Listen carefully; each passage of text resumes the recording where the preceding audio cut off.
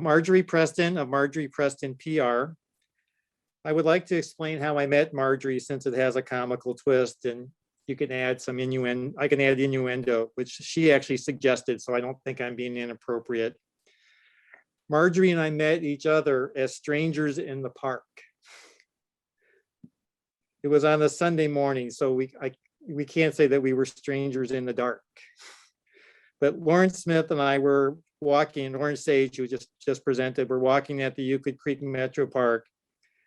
And Marjorie was there collecting survey responses for the Cleveland Metro Parks. And I can tell you that Marjorie has no problem talking to strangers. I think Lauren and I probably are pretty strange.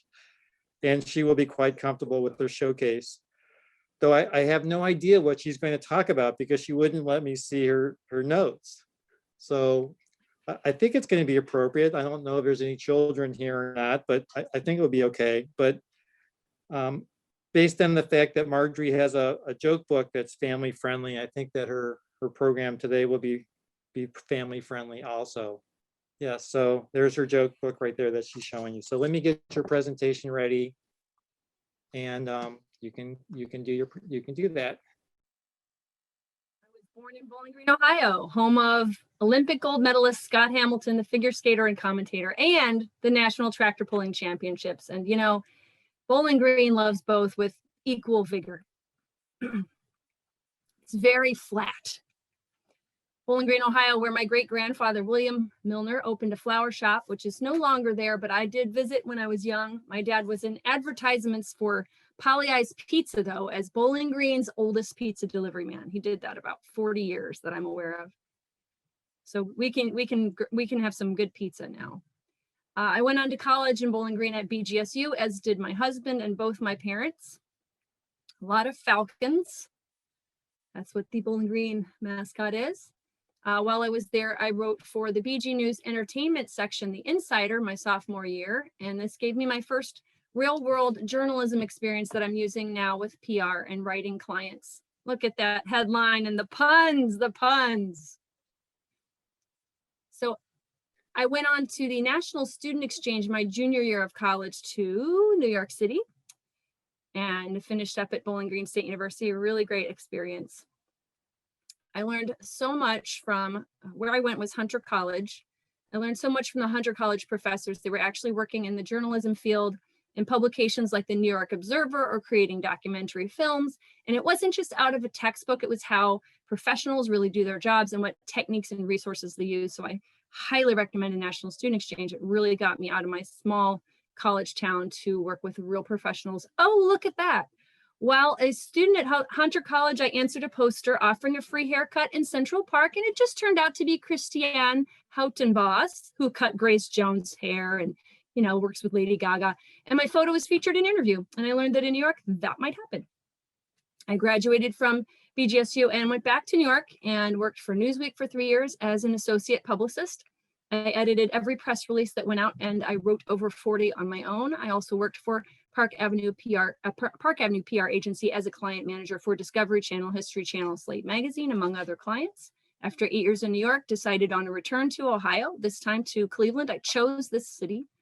I was featured in Inside Business Magazine for my work as PR girl for the Cleveland chapter of Web Girls International, a women's technology and networking organization.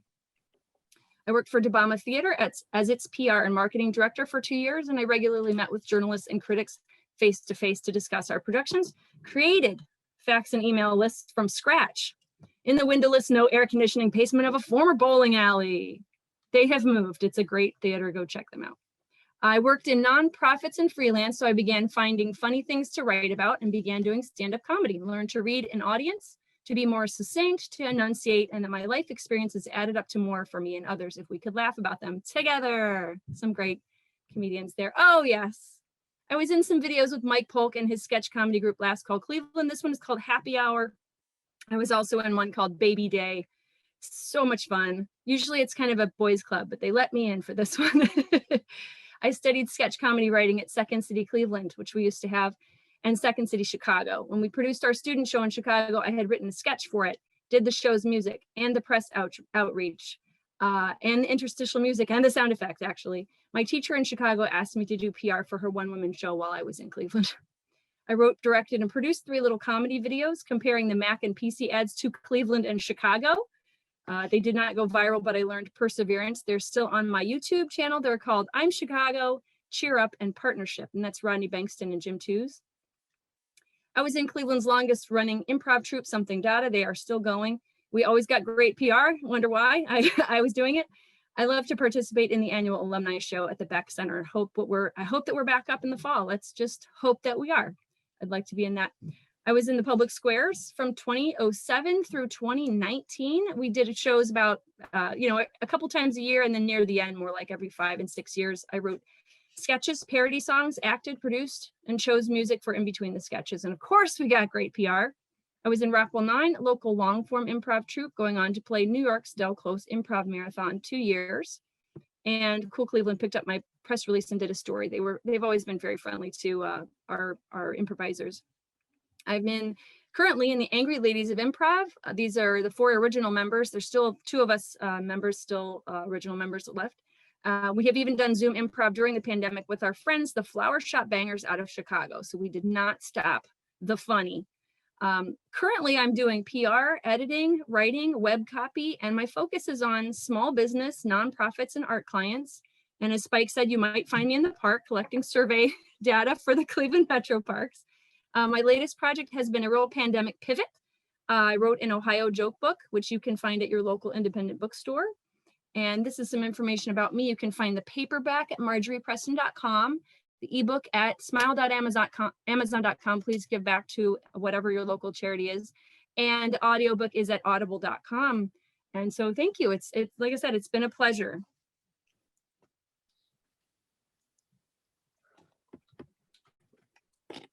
I am so glad that we met you at the park. And Lauren and I would be happy to go walking and talking with you on any weekend. I'll be in Acacia for the next couple of weeks. That's where I'm headed. Oh, you're still doing surveys? Different parks. Yeah, why not? It pays well. That mug. Oh my God. On Zazzle. It's my design. Can I be surveyed more than once? Is that permitted? What's that? Can I vote more than once in the surveys? Can you survey me again? I would. I'm not supposed to, but I totally would. Yeah. If you see me in Acacia, I'm going to grab you. Well, thank you very much, Marjorie. That was great. I'm very surprised that you didn't want to do an improv a PowerPoint karaoke for us also, but I didn't want to push my luck. That fact that you were participating, it was really hard to resist, but I was able to do that. Well, next time. All right, good.